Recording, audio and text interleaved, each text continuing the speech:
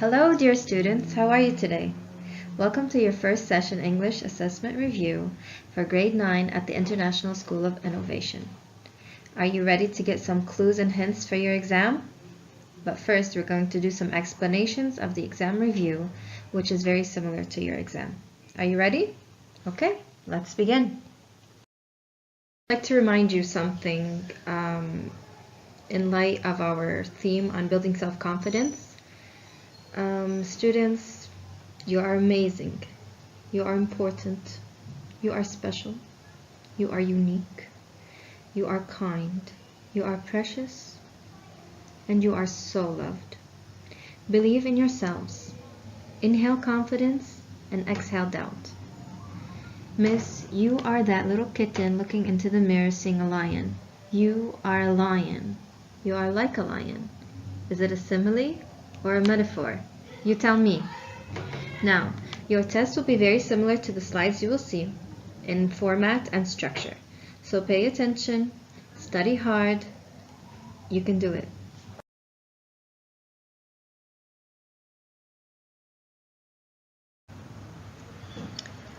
So similarly to the exam, you'll have to read a small passage and answer the questions that follow. On being 17, bright, and unable to read. One day, a substitute teacher picked me to read aloud from the textbook. When I told her no, thank you, she came mad. She thought I was acting smart and told me so. I kept calm and then got her madder and madder. We must have spent 10 minutes trying to solve the problem, and finally she got so red in the face that I thought she'd blow up. She told me she'd see me after class. Maybe someone like me was a new thing for that teacher, but she wasn't new to me. I've been through scenes like that all my life. You see, even though I'm 17 and a junior in high school, I can't read because I have dyslexia. I'm told I read at a 4th grade level, but from where I sit, that's not reading. You can't know what that means unless you've been there. It's not easy to tell how it feels when you can't read your homework assignments, or the newspaper, or a menu in a restaurant, or even notes from your own friends. Sometimes the teachers would try to be encouraging. When I couldn't read the words on the board, they'd say, "Come on, David, you know that word." Only I didn't.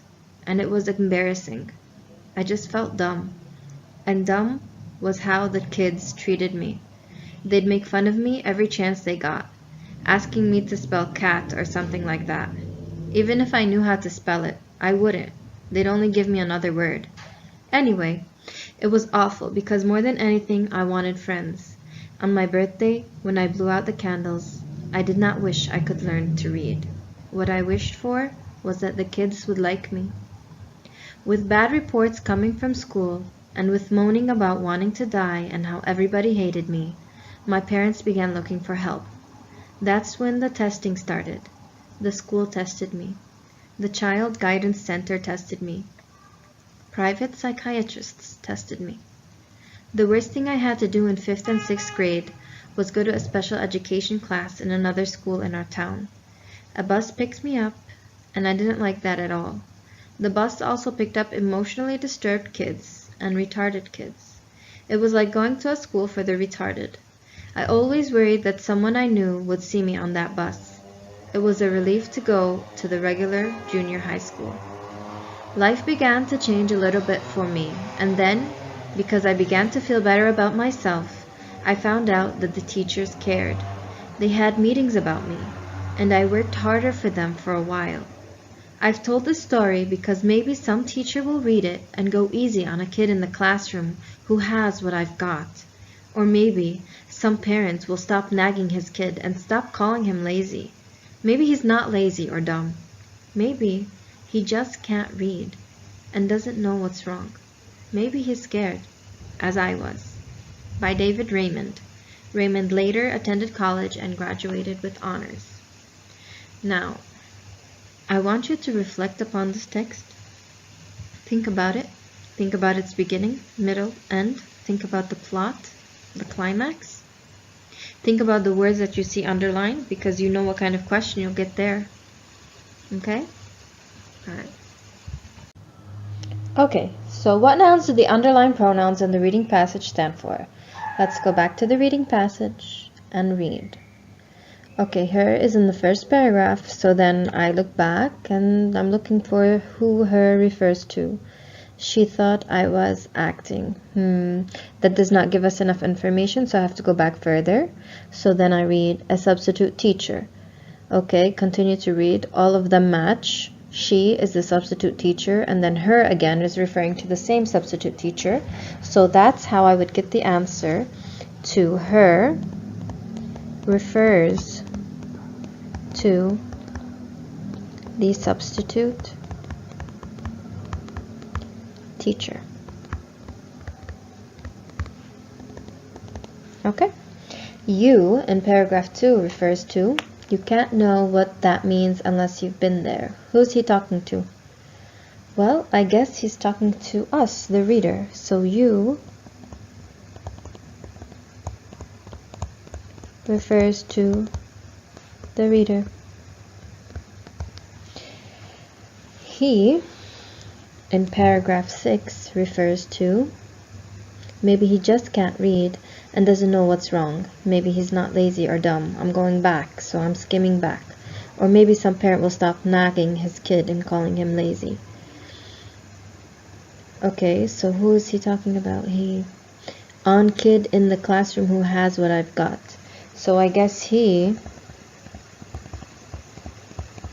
refers to the kid who has dyslexia. So the kid in general. Okay, now let's answer the questions about the reading passage. Whose point of view is the passage written from? If you'd like to refer to your notes and review too, you would follow the map that helps you realize the point of view. In this one, you have clue words such as I, me, and you know that the narrator is telling the story, and he is the person at the end, David Raymond.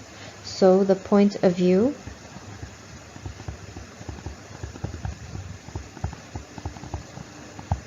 of the passage is first person point of view.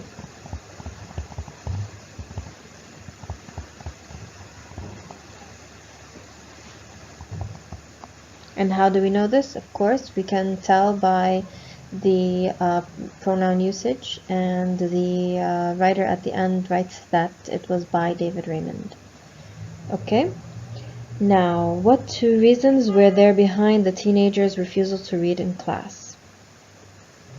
He didn't want to read because he was maybe shy, and he didn't want his peers to laugh at him because he was slow at reading. How does that sound? Okay, so 2 reasons behind the teenager's refusal to read in class are that he was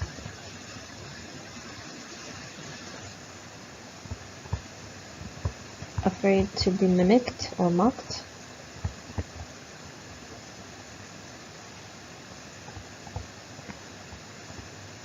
he wanted to make mistakes. He didn't want to make mistakes in front of his peers due to his dyslexia. How was the writer's conflict resolved at the end?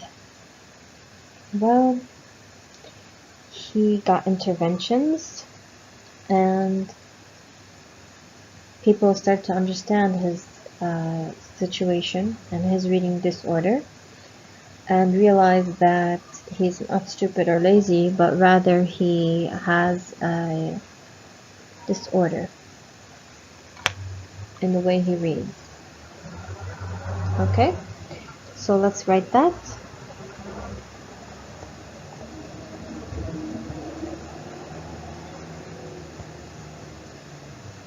Let's write this out. Okay. The writer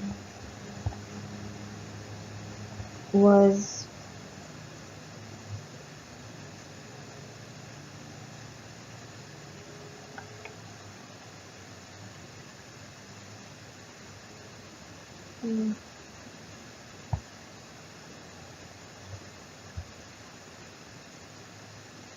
the writer realized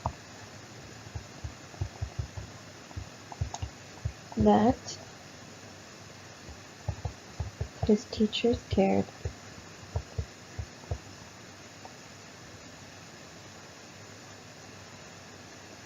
and got interventions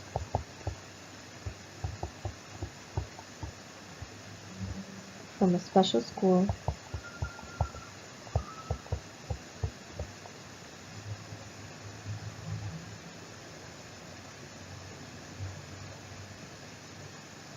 Okay, what message does the reading passage convey? Well, since his life began to change once he began to feel a little bit better about himself, so that kind of indicates that he started to feel a little bit of self-confidence. So I guess that this message, the passage would convey is that with self-confidence, you can face your difficulties and overcome them. Okay? So with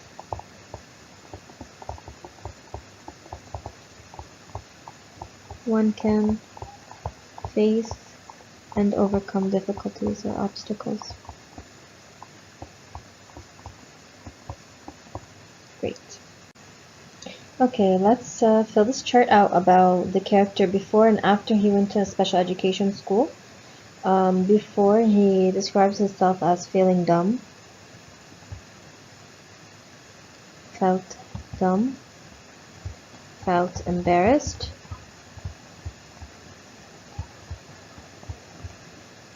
he also felt disliked. He had low self-confidence and low self-esteem, and it seemed like he just felt like everyone hated him, and he felt like he wanted to die, so kind of depressed as well.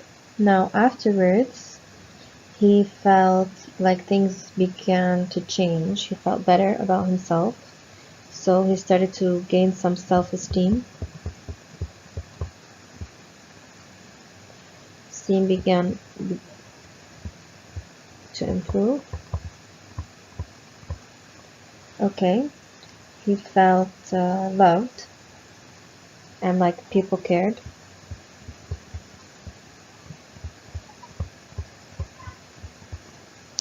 And finally, he felt like he was not lazy anymore, and he wants to portray his message to help others. So he wants to help others. And at the end, it also gives us the factor that he was scared. So here we can say he was scared. If we want to add another. Okay, great. Now, once you are looking at characters in a text and their development, you can look at their goals, their values and beliefs, their internal versus their external motivations, what they feel on the inside and what they feel on the outside, or what you see, or their actions, the protagonist, antagonist, and the foils, and static versus dynamic characters as well. In order to build character and build success, you can read the circular model here. Respect, perseverance, integrity, cooperation, honesty, fairness, teamwork, kindness and caring, empathy and responsibility are all factors to help build character and success. In order to find the words that mean the same as the following definitions, you have to reread some of the text and skim as well. Give hope and support could definitely mean to encourage. From paragraph 3, to feel uncomfortable mean to feel embarrassed. To complain or express dissatisfaction. In the last paragraph we had the word nagging, changed to nag. Mentally or physically handicapped, we would use this word here. Okay, so once you are in this part of the exam, make sure to look for context clues. Don't forget the 5 types, they're listed here. And make sure you read before the words and after in order to help you find the context clues to give their meanings. Now you're going to look for an idiomatic expression and explain the meaning it implies from the text. Here are some idioms that are not in the text that I'd just like you to be reminded of.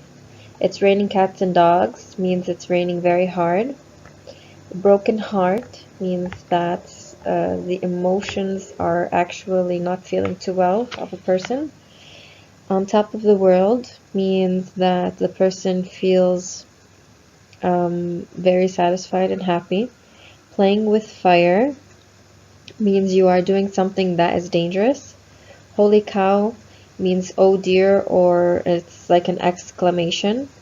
It's a piece of cake, you all know, means something that's very easy. She spilled the beans means she talked too much or told the secret. Saving time is actually the opposite of wasting time or spending time. One tough cookie means that the person is actually very strong. Saved by the bell means that the bell rang and they were relieved from whatever assignment or a situation they were in. Cutting corners means not doing things exactly how they should be in order to get things done quickly. Now, can you find the idiom in the text? She got so red in the face that I think she'd blow up. She'd blow up means very angry, and we can consider that as an idiom. Also, the idioms that flew away, the pig flying or time flying, they're no longer on the page. So some people say, I will help you when pigs fly, and pigs can't fly, but that's a saying that means never. And time flies means that time passes very quickly. And they're already off the page, so if you'd like to see them again, you'd have to restart this session. Okay, causes and effects. What's a cause and what's an effect? The cause is the reason for something happening, and the effect is actually what happened after the cause. Okay, so it snowed and then we made a snowman. Signal words for cause and effect could be so, because, therefore, since, if, then, so, that, without, cause, effect, and how, and explain. These are the words that can help you find these relationships. If you like to structure an essay with cause and effect, you have to make sure that there is an introduction with a thesis statement that's strong and concise, 3 body paragraphs, not less, that have a supporting evidence, and a conclusion that draws all the paragraphs together. Here is an example of getting a job, an event. Why do we need to get a job? Because we need money. But what's the effect of that? We would have less time. You'd have to pay rent, so you need a job. But if you have a job, you feel proud of yourself and you can make new friends. You can also be more tired if you have a job, and that's an effect, and so on and so forth.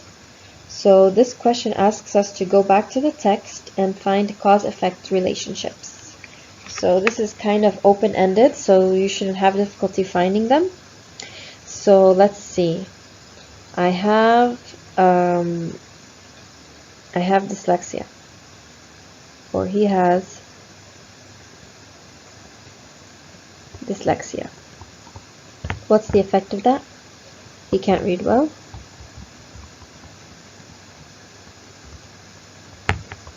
Another effect was that he rode on the bus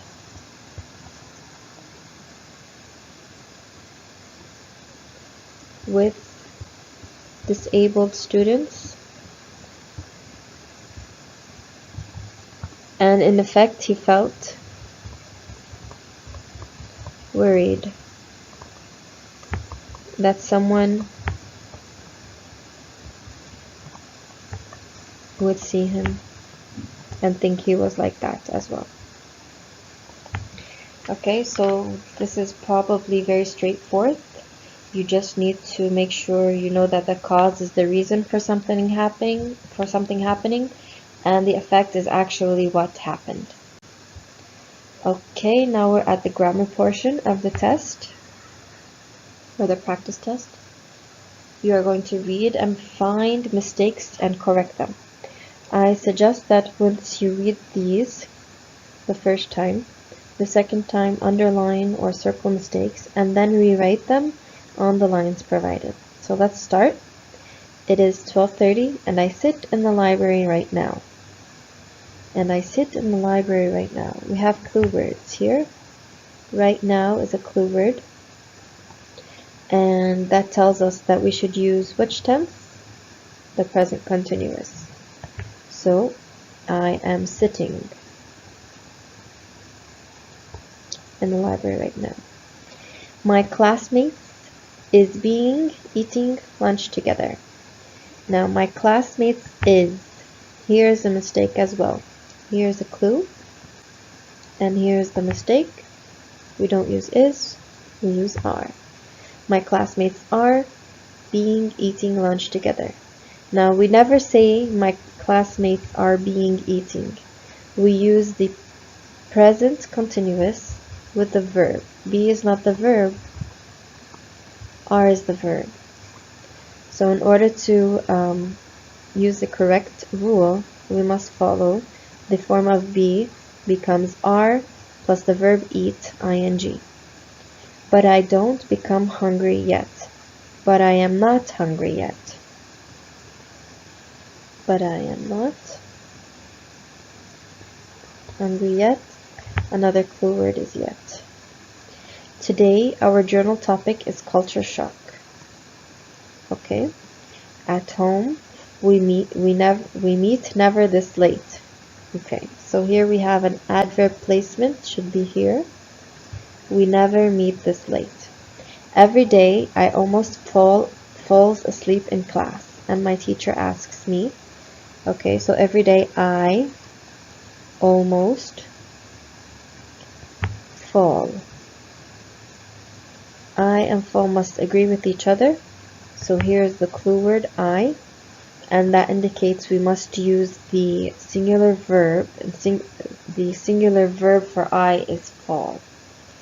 I fall asleep in class. And my teacher asks me, are you wanting to leave the class? Do we say are you wanting or do you want? Since want is a what? What type of verb? Stative verb. Do you want to leave the class? According to my new watch, it is 12:30. So I has to sit in class for 2 hours. I and has don't go together, so here's the clue. And we must change it to I have. Okay, so what you have to do in your test is rewrite this whole paragraph correctly, and if there's sentences, you must rewrite the whole sentence correctly. If you'd like, you can indicate the corrections in another color. However, you must write the whole sentence. So all this paragraph must be written again here. Okay? Now here are signal words for the past and the present. The present perfect, you can read them, as well as when we use the present simple tense and the past continuous. Okay? Now when we write a narrative, there are things that we need to include including the characters and the description of the setting. You have to have a complication, which is the situation that is introduced that changes the normal run of events and causes a problem for one or more of the characters. The sequence of events must be included, and how the resolution of the problem is attempted in chronological sequence. And the resolution is telling us the problem that's resolved, for better, worse, happily or unhappily, and usually we can infer the theme from here. You all remember the plot diagram, which indicates the rising action, the climax, or the big change that happens, the falling action, and the resolution. Okay? Here's a student model that you can read on your own, and on the sides it kind of gives you the good things that were written, the positive aspects of the narrative that made it interesting. In your writing part for this practice test, you are going to look at the saying, "Nothing is impossible," which means that any person who is equipped with self-confidence and persistence can reach his or her goals regardless of all difficulties. You're going to write an essay shedding the light on the difficulties that disabled people encounter in life, how their families support them in building successful futures, and you must include the organizer. You will have 2 marks for the organizer and 6 marks for the developed narrative. I will give you a few sample essays on this subject. However, they're not directly the same topics, but you can take ideas to make your own. Okay? I believe that nothing is impossible. There is no limit as to what a person can do, whether it's getting into college, getting a job, making a difference, or just setting a goal and reaching for it. There is no star that is too far out of reach. As a young girl, I tried many sports. I tried soccer, t-ball, basketball, and field hockey. All my friends had one thing they were good at, and there was me, just kind of going with the flow and never really sticking out. I wanted so badly to be a part of a team and have goals. I never thought I would get that one chance to prove to myself that I could be a part of a team. This all changed my freshman year of high school.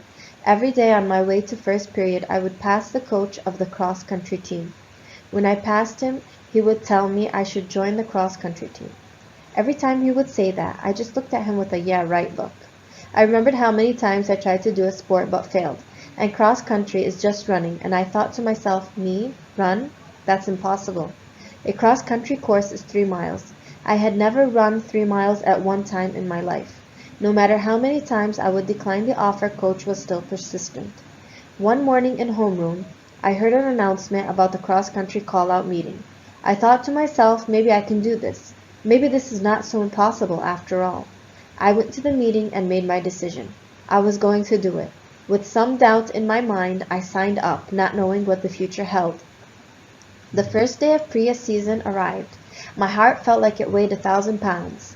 I was really doing this. I was doing a sport that was all about doing what I disliked the most, running.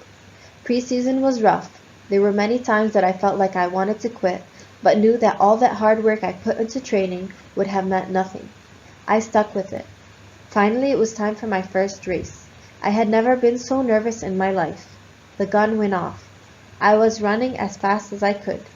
The 3 miles were brutal. All throughout the race, I could feel the lactic acid burning in my legs. My tired body kept running. I finally crossed the finish line. I had done it. I accomplished something that I never thought I could.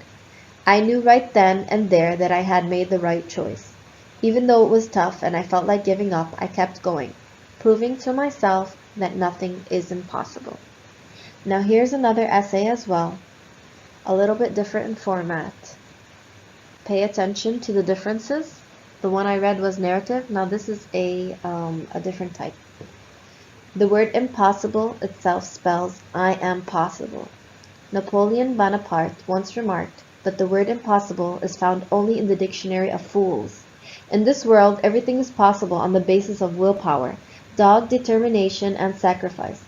To accomplish the most difficult tasks, you need to put in a lot of hard work, extra perseverance, and concentration on a single objective. You should have patience and faith in yourself.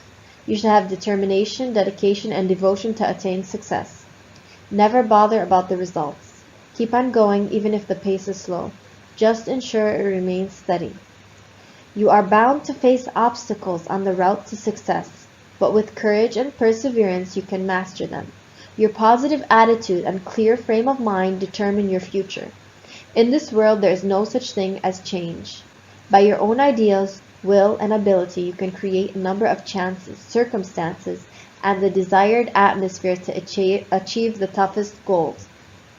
Great minds have purposes, whereas others simply have wishes. Little minds are tamed and subdued by seeming setbacks, but great minds rise above them and fight their way to victory. Always and never are a fighter, and never a quitter. To attain your desired goals, you have to laugh at your trouble and have to forget it. When you laugh at your trouble, you will find it to be a mere bubble, which is swiftly blown away. To gather the fruit, to register victory, to score success, you require unwavering faith in yourself. Faith works like miracle. It looks beyond all boundaries, transcends all limitations, conquers all obstacles, and carries you to your goal. Therefore, have faith. Take courage and march ahead, onward and upward, till you attain your goal.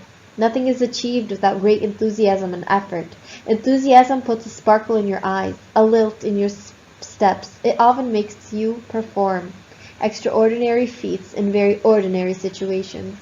Our freedom fighters, Mahatma Gandhi, Sardar Vallabhbhai, Patel Pandit, Netaji Subhash Chandra Bose, and many others are glaring examples of the fact that impossibilities work as a boon for next attempt towards possibilities. They had faced brutal and oppressive treatment from the Britishers. Their movements and efforts could not always get their desired results. There were times which were highly distracting and frustrating, but they did not allow frustrations to shake their will. They continued their movement with vigor and enthusiasm, and ultimately succeeded in reaching their destination. It could become possible only due to their hard work and indomitable willpower to overcome the toughest challenges. A person with faith blows away the word impossible. He is invariably an optimist. Someone has said, two men look out through the same bars. One sees the mud and the other sees the stars. An optimist sees an opportunity in every calamity. A pessimist sees a calamity in every opportunity. Faith believes in things when common sense tells you not to. If you worry and despair about impossibilities, they will simply multiply. Never let your mind think that any work is impossible. Always endeavor with new zeal. When you are not able to reach your destination or goal because of some personal limitation, either real or imaginary, you suffer from the feelings of despair. Both physical and psychological handicaps may be the causes of despair or frustration. Vernon Howard can be quoted as saying, never run yourself down. Never express yourself as being inferior. For if you do, you will believe what you say. You should start your work with dedication, motivation, and should be unattached with the results. Your attitude should be right. With a resolute, positive, and committed attitude, you can invariably develop the right aptitude. That is why Dr. Carl Menninger had stated unequivocally, attitudes are more important than facts. By changing your negative attitude, you can shed your tormenting fears, doubts, despair, and inferiority complex. Just as the dust tarnishes even the brightest of a gem, despair too contaminates the virtues of the wise. Rome was not built in a day. This denotes that success comes through hard work, perseverance, and perspiration.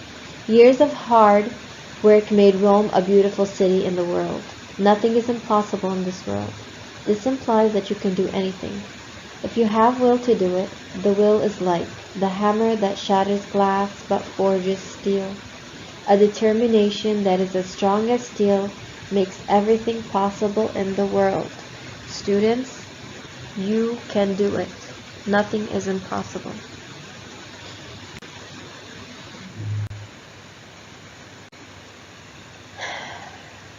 Study hard, study well, have high self-confidence, choose to dream, develop your strength, have discipline, have self-esteem, and you will succeed, and you will be free. Good luck, best wishes. Repeat this video continuously. Make sure you press pause if you'd like to see the essays that I read. And don't forget, you can ask me if you have any questions. I'm always available to you through the school app. Take care. Best wishes and good luck.